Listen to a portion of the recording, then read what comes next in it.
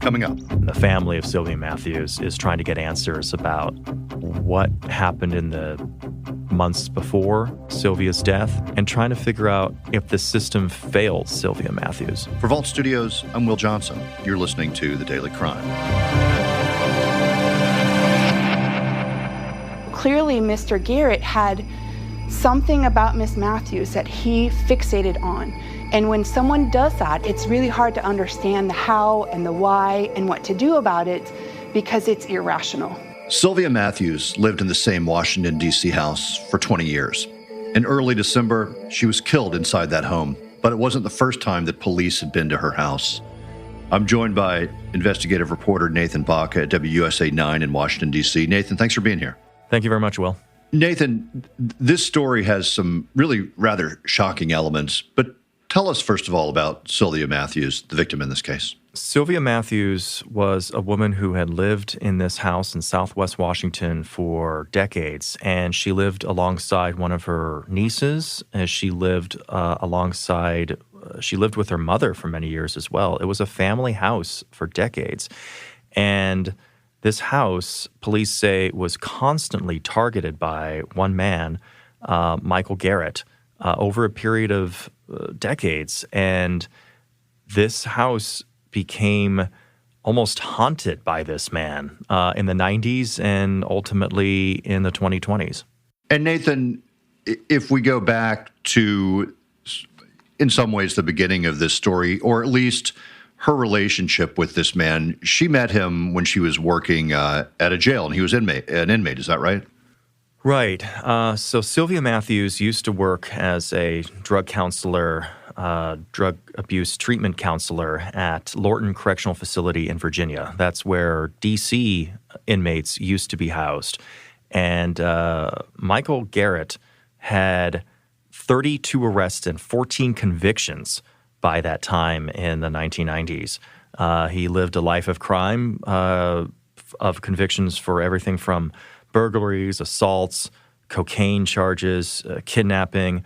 He had been arrested for other crimes as well, including rape, but never convicted for those particular crimes. But he had been in and out of the jail and prison system since 1975.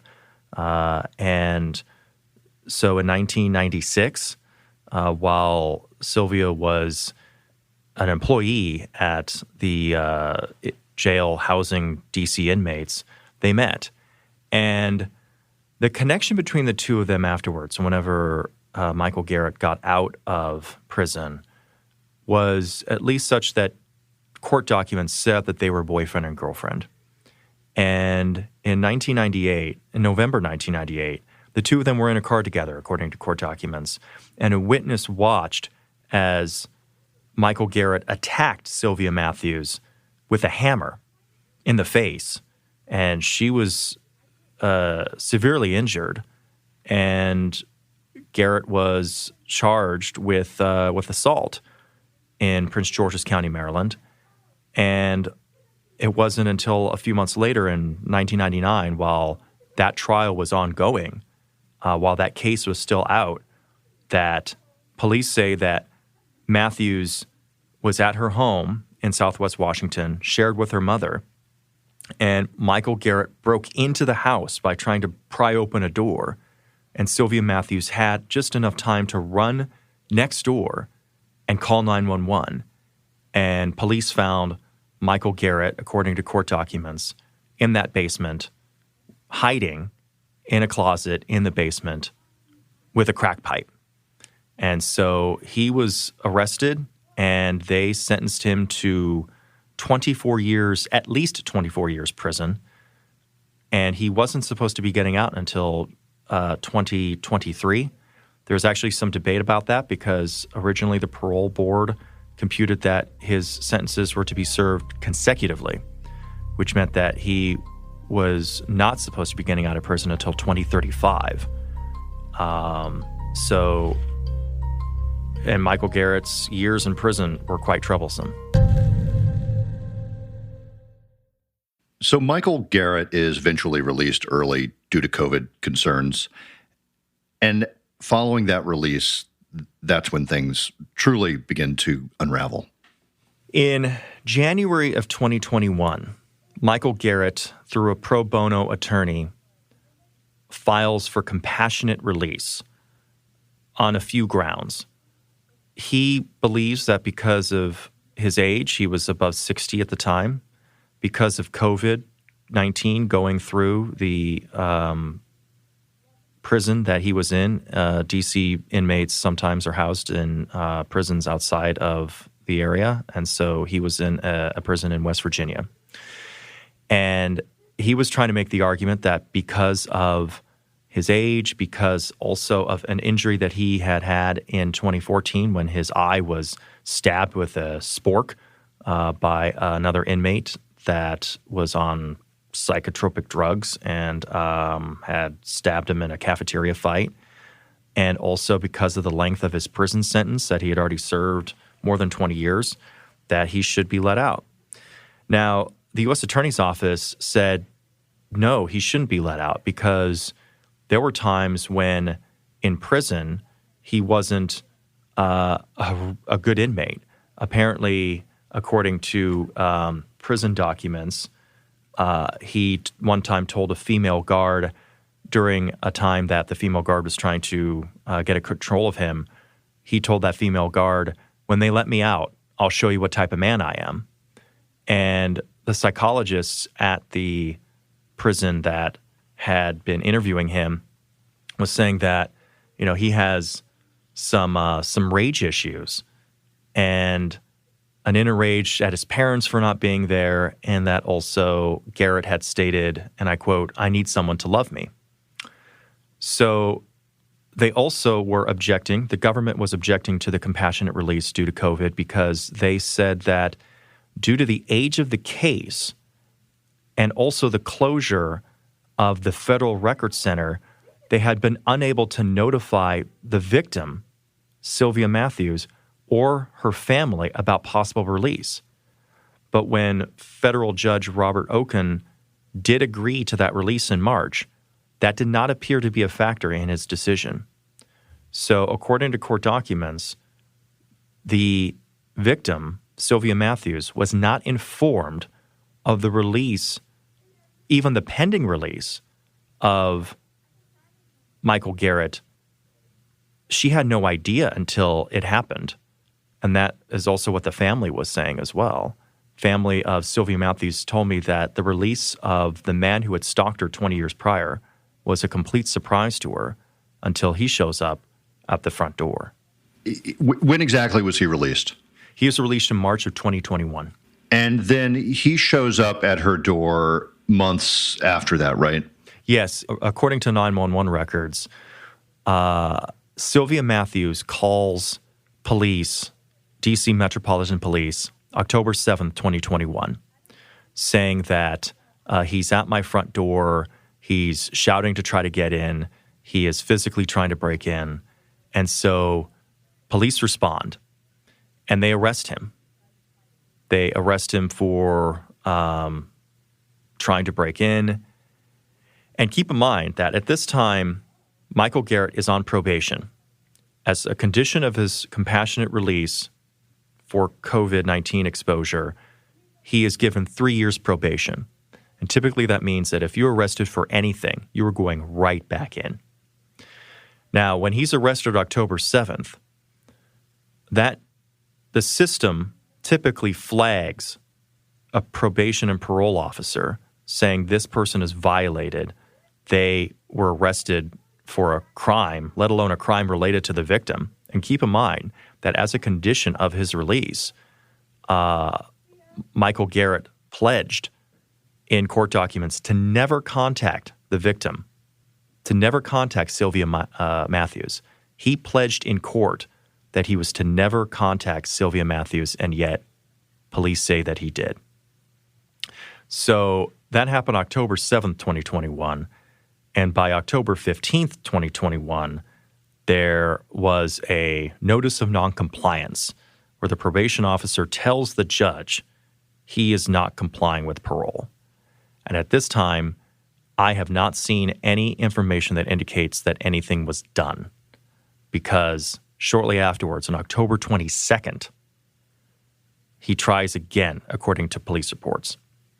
And Michael Garrett confronts Sylvia Matthews just outside of her work. Keep in mind that Sylvia Matthews is at this point a DC government employee. She's not somebody working at some sort of obscure situation or just staying in her home all the time. She works for the DC government, working on their insurance claims department, according to what family is telling me. So when she is confronted just outside of her work, trying to get groceries, it appears, according to police, that Michael Garrett stalked her, even to the point of stalking her at work. And when that happened, a police report indicates that she told police that he threatened to kill her and even held a corkscrew up to her neck. She called police. Police responded. And this was after the notice of noncompliance of his probation. And at that point, it is unclear what DC Metropolitan Police were able to do to try to either confront Mr. Garrett or what actions they took to find him and stop him. And we're still trying to figure that out. But what we do know is that afterwards, on December 3rd, the day of Sylvia Matthews' death, is that around 7:30 that morning, police say that Sylvia Matthews called and said that Michael Garrett was breaking into her car and trying to break into her house. Police came. They didn't spot him in the neighborhood. At 8:44 that morning, police say that Sylvia Matthews called again, saying, he's in the neighborhood. I see him. By the time police came, he wasn't in the neighborhood anymore, or at least he wasn't in sight. But he was still on the phone with Sylvia Matthews, according to police reports. And so Sylvia handed the phone to a police officer and said, "You talk to him." And police reported that they told Michael Garrett, "Leave her alone. Do not contact Sylvia Matthews." And then they left. And a few hours later, at 11:20 that same morning, a neighbor said that they heard a person matching Garrett's description shouting at Matthews through the door at her house, trying to break in, and then heard a scuffle inside. Call 911. By the time that police got to Sylvia Matthews' house, they found Sylvia Matthews mortally wounded with severe facial wounds, apparently dragged from her living room to the bottom of the basement. And then they also found Michael Garrett in that same basement. He claimed at first that he was the one that called 911 and that he just happened to be in the area and found Sylvia Matthews that way. Police report that they found not only that Garrett had not called 911, but that he appeared to have what were defensive wounds on his hands. They held him at gunpoint, and they arrested him in the same exact basement that he had been arrested 22 years prior. What are the charges that he is facing now? The first initial charges are assault with intent to kill. However, DC Metropolitan Police informed the prosecutors that they intend to increase the charges. We do not know if those charges will include first-degree or second-degree homicide, but we are waiting to see what the final charges are at this point. I was in court to see, I saw Michael Garrett in court just this past Thursday, and he, again, is a man in his mid-60s. He was just head down the entire time, audibly sobbing, as nieces of Sylvia Matthews looked on and just shocked that all this time this had been going on. And the family of Sylvia Matthews is trying to get answers about what happened in the months before Sylvia's death and trying to figure out if the system failed Sylvia Matthews. when you look at the history and the timeline, it is disturbing. And I know that after airing this on WUSA 9 in Washington, D.C., you got a lot of feedback and viewer responses. Can you tell us about that a little bit? Sure. This is a case where stalking is a situation that organizations like DC Safe, which is the district-mandated organization to handle domestic violence cases, they have been saying that, especially in light of the pandemic, cases of domestic violence in the district and in the area have skyrocketed. But this is a case that seems to bridge whatever is going on in the pandemic. This is a case that has stretched on over 2 decades. And there is concern about whether or not protocol was handled by D.C. Metropolitan Police officers responding that October. And that's what we're trying to investigate, to see whether or not the situation is that when a person calls saying that they are a victim of domestic violence or that there is a suspicion of stalking, there is a protocol in place that on-call advisors are supposed to be handed the phone by a police officer to victims and say to get that victim on the phone with an on-call counselor. And we are currently looking into whether or not that protocol was followed. Family members say that protocol was not followed, and we are trying to confirm that. All right, Nathan Baca at WUSA 9 in Washington, D.C. Thanks for talking to us about this. Sounds like more to come on this one. Thank you very much, Will. Thanks for listening to The Daily Crime. Be sure to check out our weekly show, True Crime Chronicles, available wherever you listen to podcasts. For Vault Studios, I'm Will Johnson.